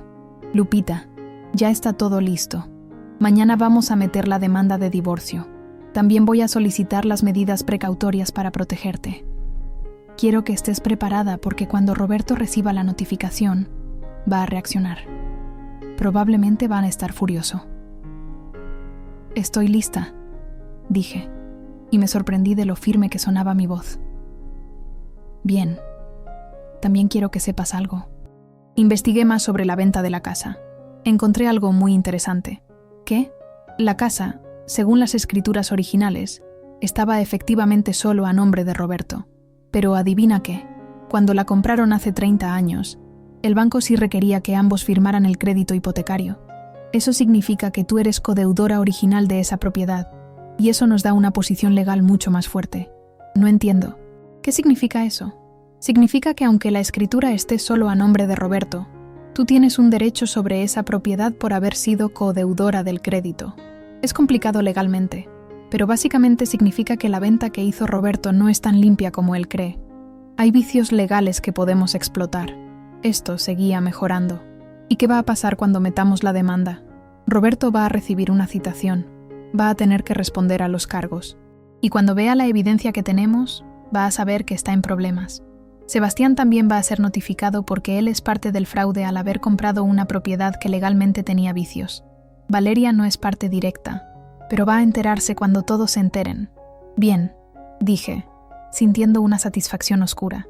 Que se enteren, que sepan que no me pueden pisotear y salirse con la suya. Esa noche dormí mejor de lo que había dormido en semanas. Sabía que se acercaba la tormenta, pero por primera vez, yo no era la que iba a recibir el golpe. Yo era la que iba a darlos. Al día siguiente, Leticia me llamó temprano. Ya está hecho. La demanda fue presentada.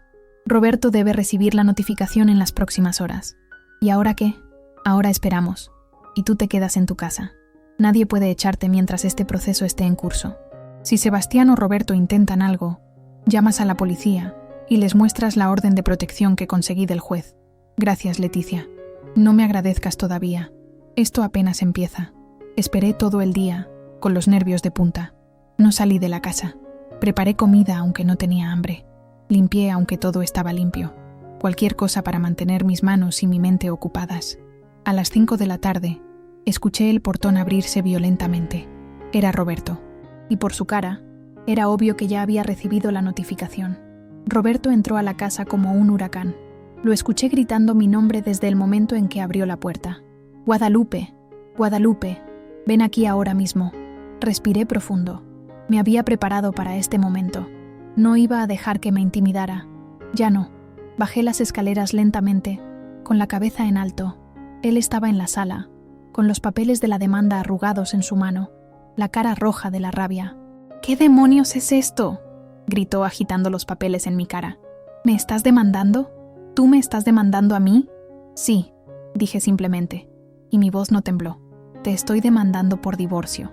¿Por divorcio? ¿Estás loca? Llevas 30 años sin hacer nada más que vivir de mí. ¿Y ahora me demandas? Por infidelidad, continué, como si él no hubiera hablado, y por fraude patrimonial.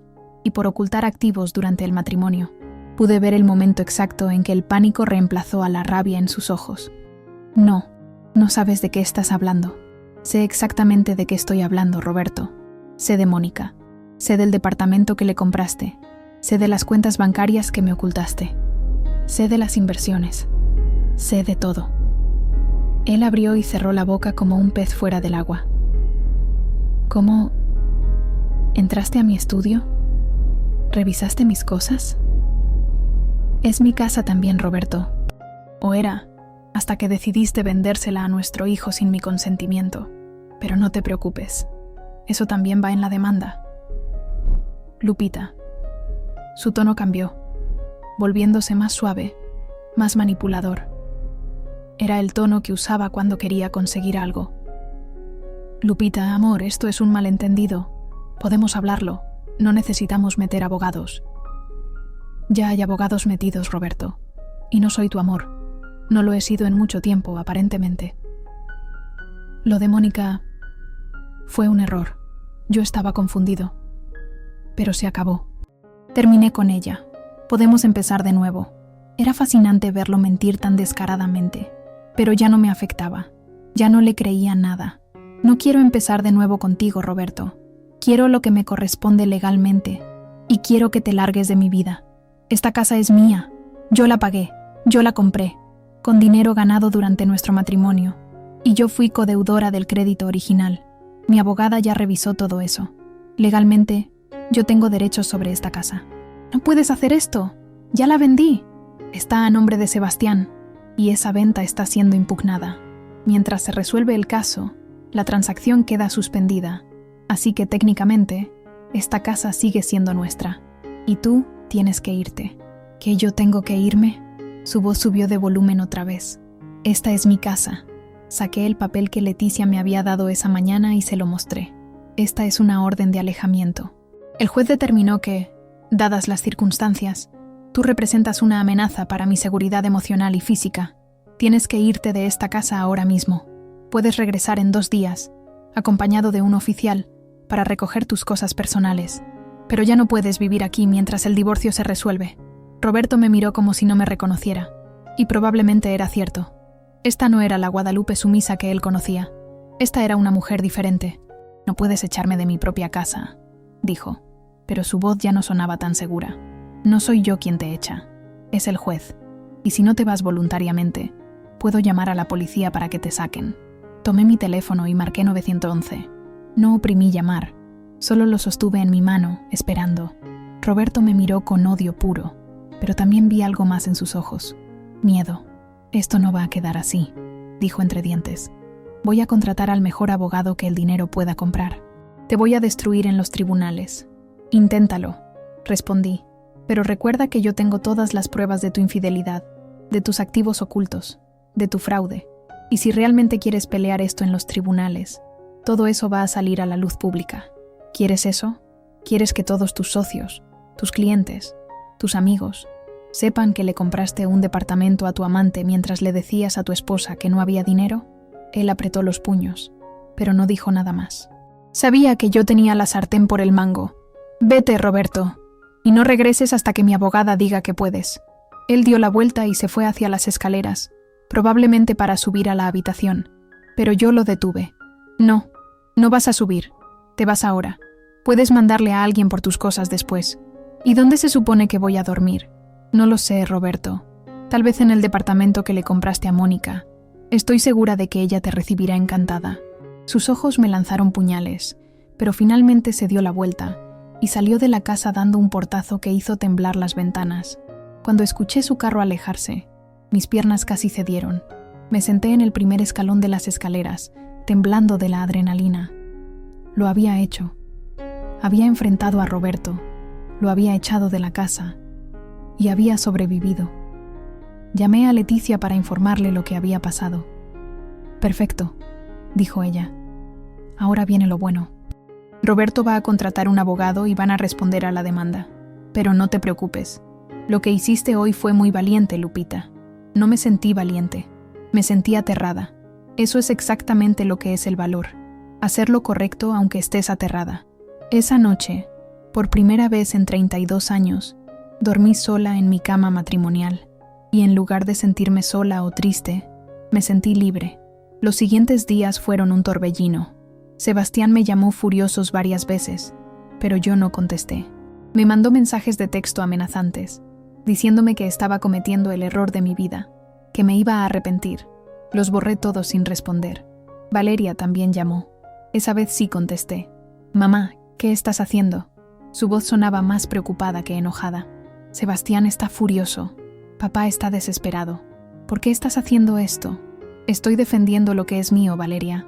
Algo que ustedes decidieron quitarme sin siquiera preguntarme. Pero mamá, esto se va a poner feo. Va a haber un juicio. Todo el mundo va a enterarse. Que se enteren. Ya no me importa lo que piense la gente. Me importa lo que es justo. Mamá, piénsalo bien. Papá tiene buenos abogados. Tiene dinero. Tú no tienes nada. Tengo la verdad de mi lado. Y tengo evidencia. Eso es más que suficiente. Estás cometiendo un error. El error lo cometí hace 30 años cuando decidí confiar ciegamente en tu padre. No voy a cometer otro ahora. Colgué antes de que pudiera seguir hablando. Bloqueé su número también. No necesitaba su negatividad. Rosa también intentó contactarme. Le mandé un mensaje simple. No quiero hablar contigo. Tuviste tu oportunidad de ayudarme y elegiste no hacerlo. Me eliminé de todos los grupos familiares de WhatsApp. Desactivé mis redes sociales. Me aislé de todos. Por primera vez en mi vida, estaba sola de verdad. Pero también, por primera vez en mi vida, estaba haciendo las cosas a mi manera, siguiendo mis propias reglas, defendiendo mis propios intereses. Una semana después de echar a Roberto de la casa, Leticia me llamó con noticias. Roberto quiere negociar. ¿Tan pronto? Su abogado vio la evidencia que tenemos. Sabe que no puede ganar este caso, especialmente no cuando se trata de infidelidad comprobada y activos ocultos. Roberto puede perder mucho más en un juicio público de lo que perdería en un acuerdo privado. ¿Qué está ofreciendo? Quiere darte la casa y una pensión mensual de 20,000 pesos por 10 años. A cambio, tú renuncias a cualquier otro reclamo sobre sus bienes. 20,000 pesos mensuales durante 10 años. Eran 2,400,000 pesos. Más la casa, que valía fácilmente 3 millones. Pero yo sabía que Roberto tenía mucho más que eso. Mucho más. No, dije, no es suficiente. Pensé que dirías eso. Leticia sonaba satisfecha. ¿Qué quieres? Quiero la mitad de todo. La mitad de sus cuentas bancarias, de sus inversiones, de todo. Es lo que me corresponde legalmente, ¿verdad? Exactamente. Y es lo que vamos a exigir. Prepárate, Lupita. Esto va a ponerse interesante. Y tenía razón. Los siguientes meses fueron una batalla legal intensa. Roberto peleó cada punto.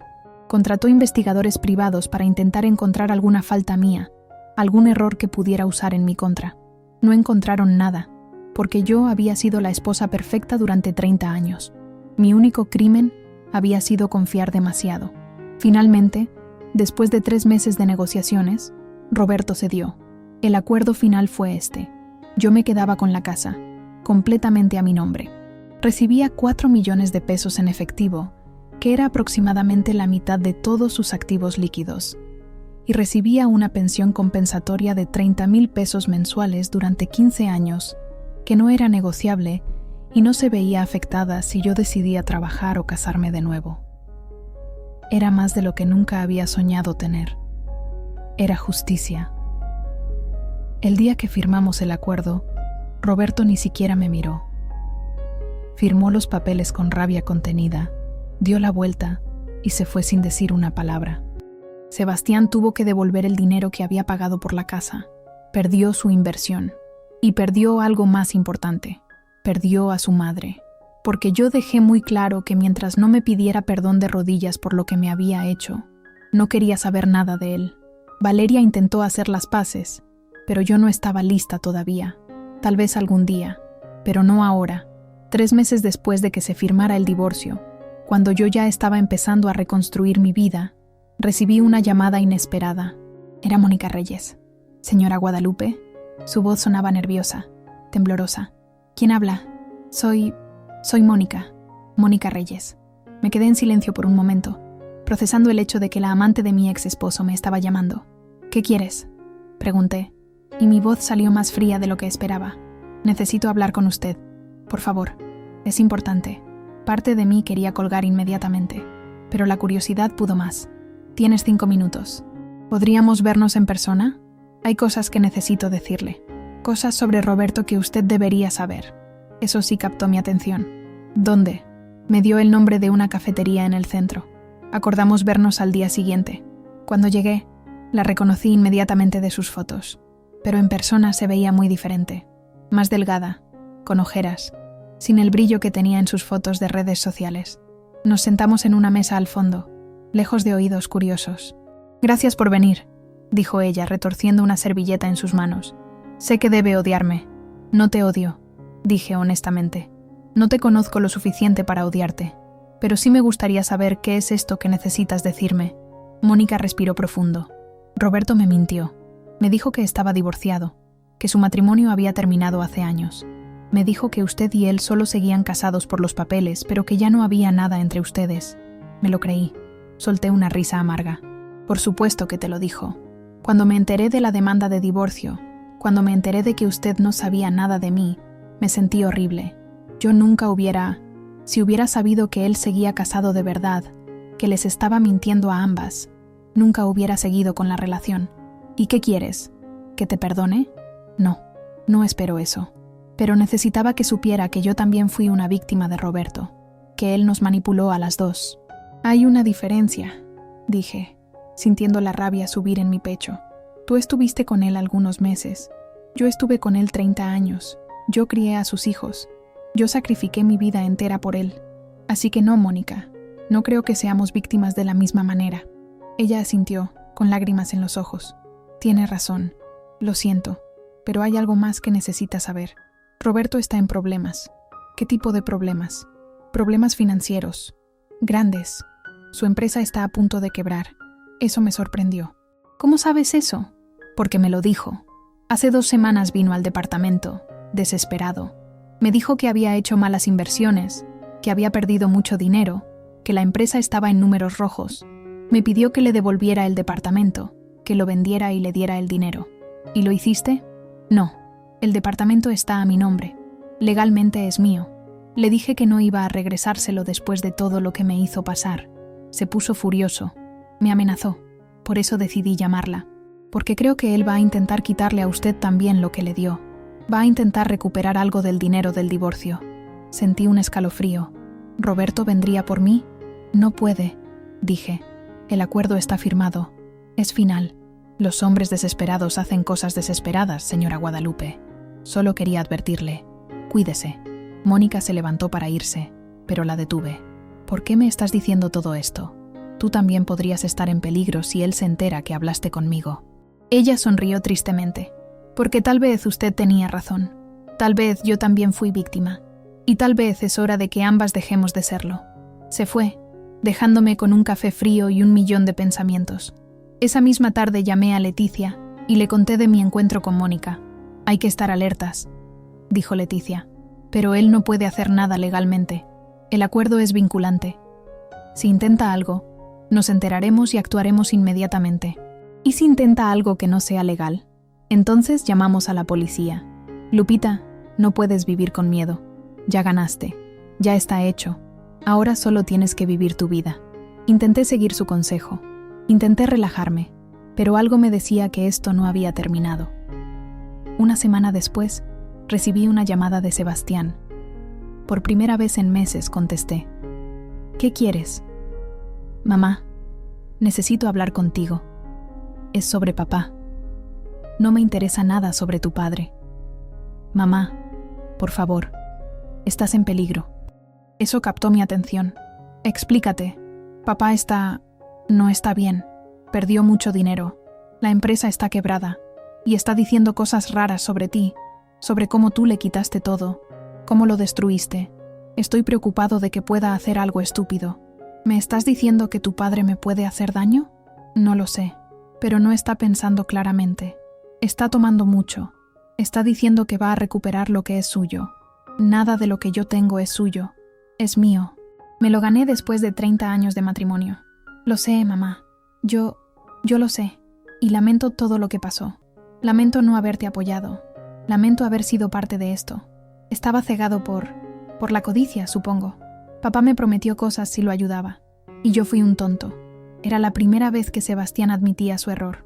Parte de mí quería perdonarlo, pero otra parte, la parte que aún dolía, no podía. Gracias por la advertencia, dije secamente. ¿Algo más? Mamá, ¿podemos hablar? En persona. Quiero disculparme de verdad. Quiero intentar reparar esto. No estoy lista todavía, Sebastián. Tal vez algún día, pero no ahora. Colgué y me quedé mirando el teléfono. Roberto estaba en problemas, y hombres en problemas eran impredecibles. Decidí tomar precauciones. Cambié las cerraduras de la casa. Instalé cámaras de seguridad. Le pedí a mi vecino que estuviera atento a cualquier movimiento sospechoso. Y esperé. 2 semanas después, a las 2 de la madrugada, las cámaras de seguridad detectaron movimiento en el portón. Era Roberto. Estaba intentando abrir el portón con su llave vieja, la que ya no servía porque yo había cambiado las cerraduras. Lo vi por el monitor de mi habitación. Se veía mal. Despeinado, con la ropa arrugada, tambaleándose un poco. Estaba borracho.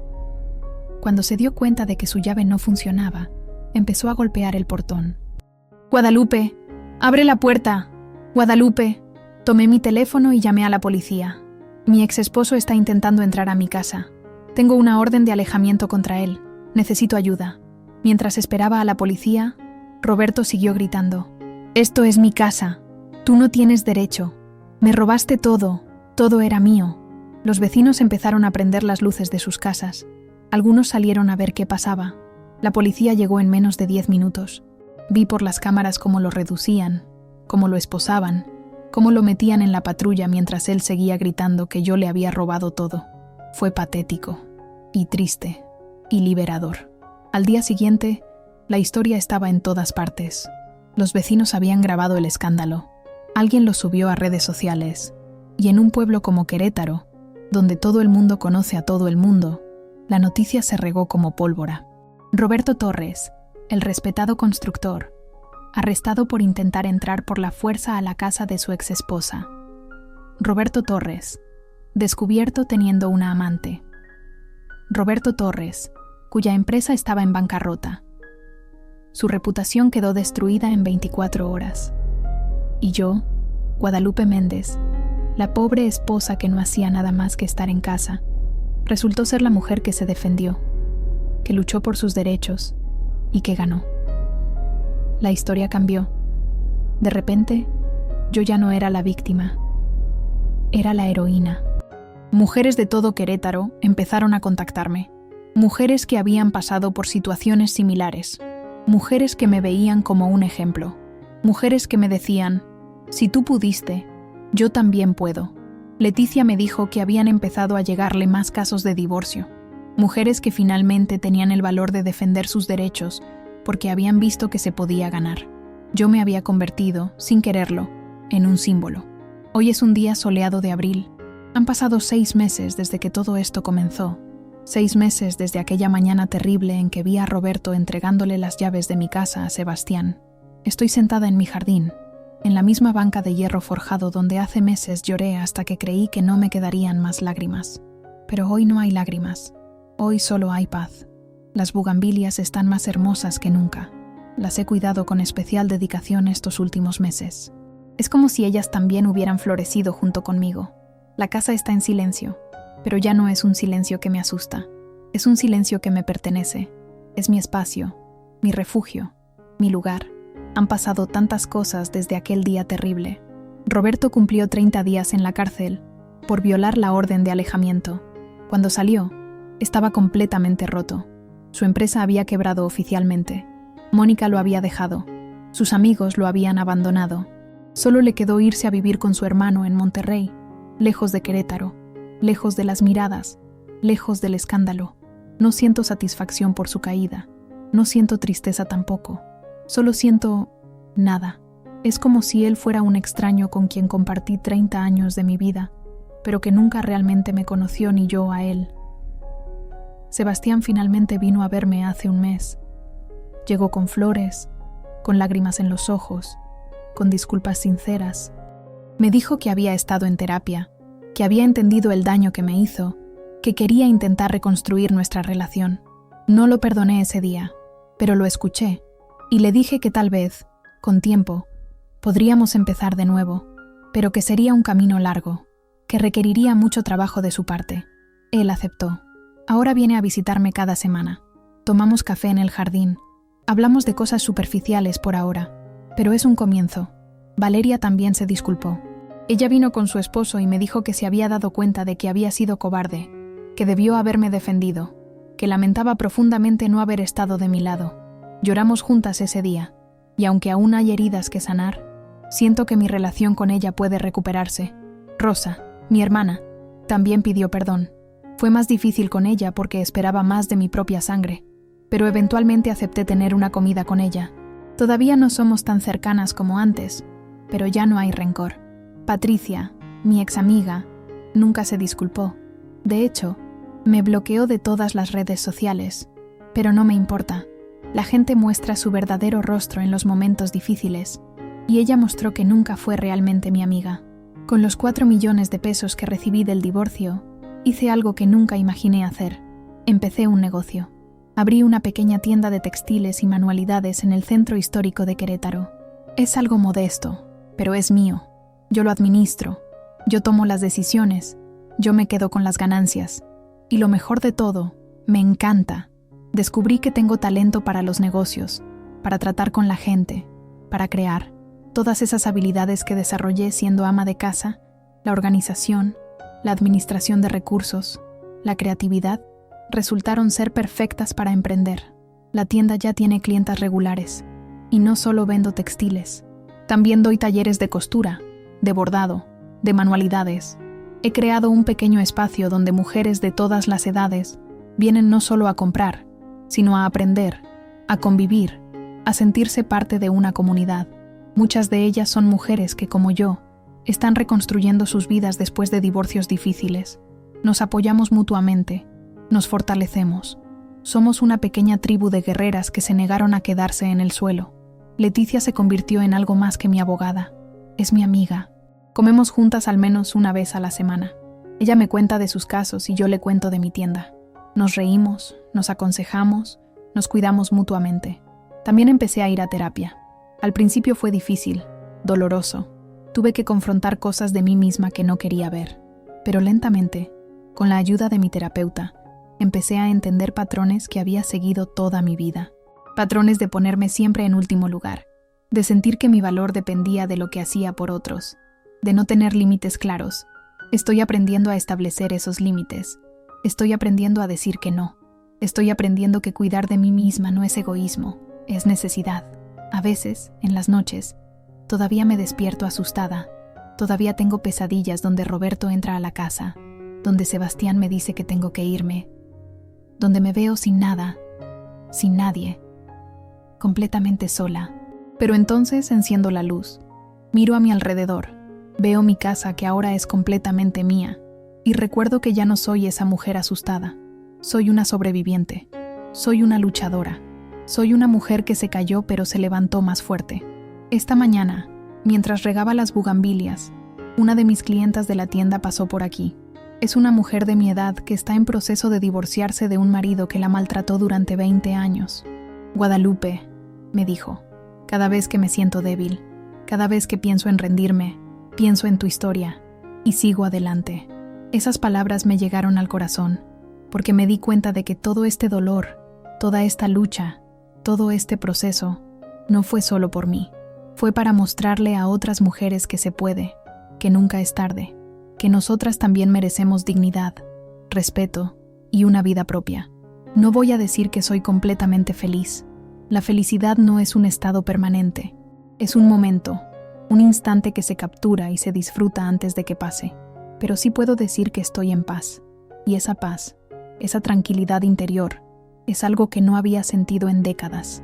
A veces me pregunto qué hubiera pasado si aquella mañana terrible nunca hubiera ocurrido. Si Roberto no hubiera vendido la casa, si Sebastián no me hubiera traicionado, si yo hubiera seguido viviendo en esa burbuja de ignorancia. Y me doy cuenta de que probablemente hubiera seguido así hasta el final de mis días. Habría envejecido sintiéndome cada vez más invisible, más insignificante, más vacía. Habría muerto sin nunca descubrir quién realmente era yo, Guadalupe, sin los roles de esposa y madre. Así que, de una manera extraña y retorcida, estoy agradecida por la traición, porque me obligó a despertar, me obligó a luchar, me obligó a descubrir una fortaleza que no sabía que tenía. Mi madre y mi abuela estarían orgullosas. Ellas, que me enseñaron que las mujeres de nuestra familia no se rinden, que caemos, sí, pero siempre nos levantamos, más fuertes, más sabias, más conscientes de nuestro propio valor. El otro día encontré una de esas cartas viejas que Sebastián me había escrito cuando era niño, la que decía que cuando fuera grande me iba a comprar una casa para que viviera como reina. No necesité que él me comprara nada. Me compré mi propia corona. Me construí mi propio reino. Y gobierno mi propia vida. Esta casa, con sus bugambilias y su limonero, con sus paredes que conozco de memoria, con sus rincones llenos de historia, es mía, completamente mía, y nadie me la puede quitar. A mis 53 años, estoy empezando de nuevo. No es el comienzo que imaginé cuando tenía 20 años y me casé llena de ilusiones, pero es mi comienzo, y eso lo hace perfecto. He aprendido que la vida no es lineal, que podemos caer y levantarnos, que podemos equivocarnos y corregirnos, que nunca es tarde para cambiar nuestra historia. He aprendido que el amor verdadero empieza por una misma, que antes de poder amar sanamente a otros, tenemos que amarnos a nosotras mismas, y que ese amor propio no es vanidad, es supervivencia. He aprendido que los lazos de sangre no siempre son los más fuertes, que la familia es la que eliges, no solo la que te tocó, y que a veces, las personas que menos esperas son las que terminan siendo tu mayor apoyo. He aprendido que la fortaleza no es aguantar todo sin quebrarse. La fortaleza es saber cuándo pedir ayuda, es saber cuándo decir basta, es saber cuándo protegerte. Y sobre todo, he aprendido que mi valor no depende de lo que hago por otros. Mi valor es intrínseco. Existo, y eso es suficiente. El sol empieza a bajar en el horizonte, pintando el cielo de naranjas y rosas. Me levanto de la banca y camino por mi jardín, tocando las flores, sintiendo la tierra bajo mis pies, respirando profundo el aire fresco de la tarde. Mañana abriré mi tienda, atenderé a mis clientas, daré mi clase de bordado, reiré, platicaré, viviré. Pasado mañana Sebastián vendrá a tomar café. Tal vez hablaremos un poco más profundo. Tal vez no. No importa. Tenemos tiempo. La próxima semana, Leticia y yo iremos a ese restaurante nuevo que abrieron en el centro. Celebraremos la vida, la amistad, la sobrevivencia. Y cada noche, cuando cierre el portón verde de mi casa, cuando camine por el jardín que planté con mis propias manos, cuando entre a las habitaciones que decoré con mi propio gusto, cuando me siente en mi sala a ver una película o leer un libro, recordaré que esto es mío. Esta paz es mía. Esta vida es mía. Este futuro es mío. Y nadie, nunca más, me lo podrá quitar. Porque ahora sé mi valor. Y ese conocimiento es el regalo más grande que pudo salir de toda esta pesadilla. Soy Guadalupe Méndez, ya no de Torres, solo Méndez. Y estoy bien, más que bien. Estoy completa.